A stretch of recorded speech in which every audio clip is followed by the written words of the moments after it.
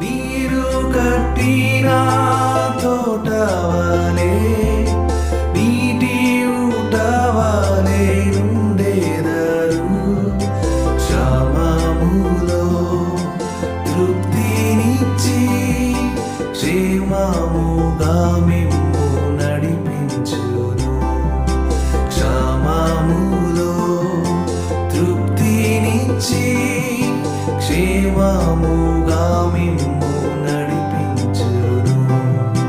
బలపరచును మీ ఎముకలను బలపరచును మీ ఎముకలను అధికముగా ఫలించు